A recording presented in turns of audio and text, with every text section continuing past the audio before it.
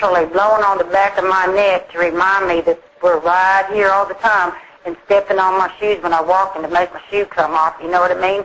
And they did that for most of my life to remind me there is nowhere you're going to turn because we're going to be there, and that's part of the mind control. And you go someplace and you get insulted and someone makes a scene and it's somebody and you try and figure out if that's one of the Nazis, and here they are causing you a bunch of trouble and people's looking at you like you did something wrong and you know you didn't. That's a setup. They do that all the time. So it's just total intimidation through your whole life.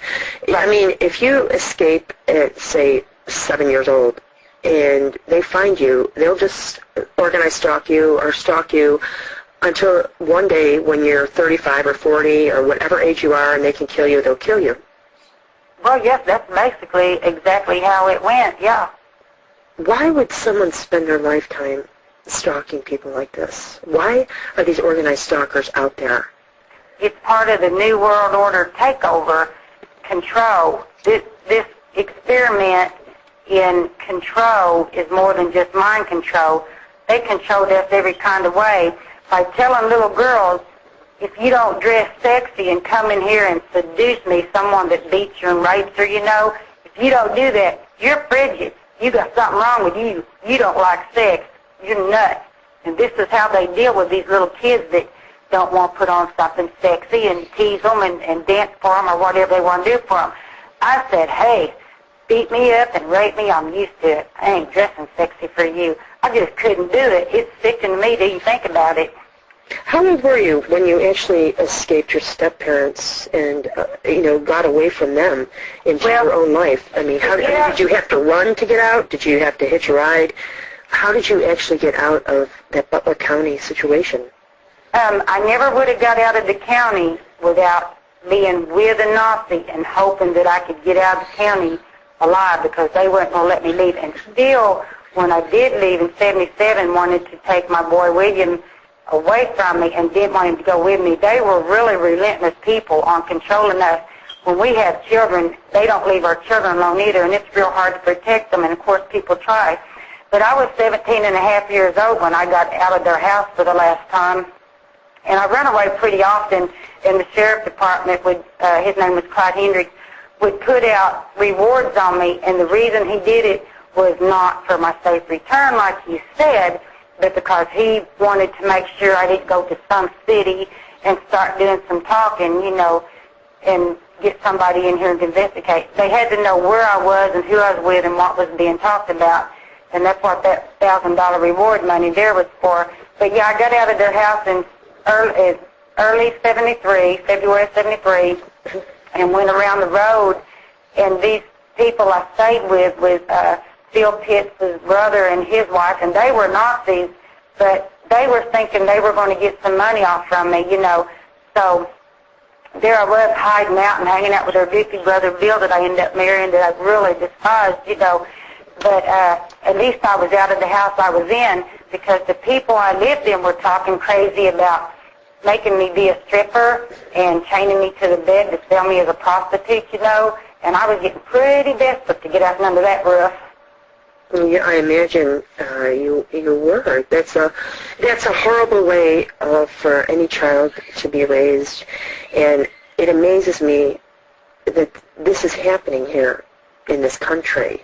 And I call them dissenters of our way of life, because good Americans just don't promote that. And I do think it's a Nazi infiltration, and many other people do as well, and an NWO takeover.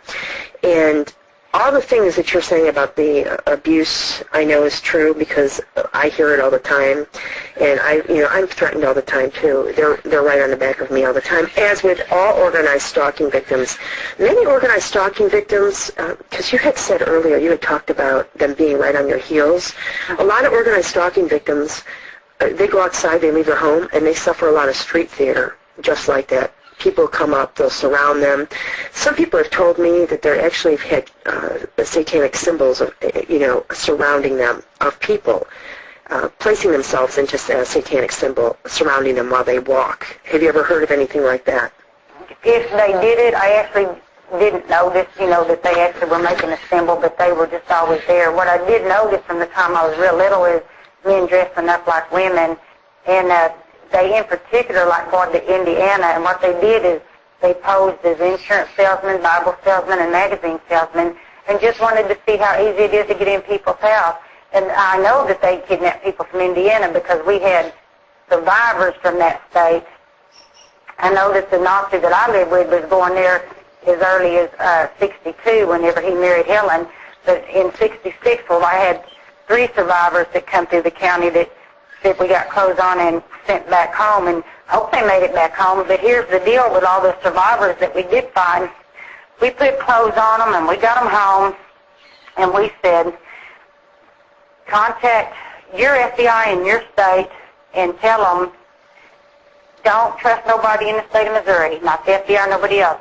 Just please get down here to Butler County and watch our courthouse, because one day is all it's going to take, and they'll know what's going on. And it never happened. Now, I know that the people were trying to get some help for us, but why did that help never get here? Who was blocking the help? Because the FBI in these other states were calling down here and saying, guess what? Somebody survived. And they were finding out that there were survivors. When Marsha Mason got back to Atlanta, what I was hearing, and I was still living with the Nazis for just a few more months after that, and they were saying the sheriff in Atlanta called up here to the sheriff in Butler County and said, guess what? Find out where the pink sweater on this woman came from, because somebody put clothes on her and got her back home. And that was what was being said at the time. It was my pink sweater, and yes, I did help to get her back home. Thank God we got somebody alive out of here, because she's the one that got Dan Rather in here for us. Well, in your interview, you talked about the mass graves and Interpol being involved. You said that some of the graves were dug up, but none of the bodies were ever returned, and none of the victims who survived were ever returned to their family. What do you think happened to them? Right. I was told when this investigation stuff started up in 84, and my sister was rescued, and all that, I was told I would never be allowed back to my family. In other words, this one has to be kept covered up. They continue to refuse me access to my own children. I'm not allowed, because I didn't raise them, Eric and Carlos, or whatever they did with them. I don't even know, except I know they're very protected. I'm not allowed contact, no letters, no phone calls, or nothing, because that way the FBI can say, no, we don't know what she's talking about. You know what I mean? The cover-up is what it's all about. Someone had told me that maybe I should make up a name, and I said, you know what? The media already knows me from being around some of the famous people. That's how they know me. And I need to just use my name. Now, you had children, so the listeners know, because you just referred to your children with Eric Clapton and Carlos Santana. You have children with them, but you are not allowed to see them. Right. And do you think that's part of a Nazi cover-up, or do you think that's... In order to keep all of this covered up, none of us who are victims are allowed to just get on with our lives. The number one agenda is to keep it covered up. But alternative media has allowed some of us the privilege of getting the truth out there. The mass media, CBS, all them people, they know Eric and Carlos, right? They know me too. But they have evidence, but they do not have permission to go ahead and get it out there. That's what the problem is. That no, none of the survivors were allowed back to their family, as far as I ever heard. If they were, I wish they would come on and tell us. That the mass graveyard, I looked at my high school friend, and he told me just recently, and he said, something was going on that property up there where y'all used to live.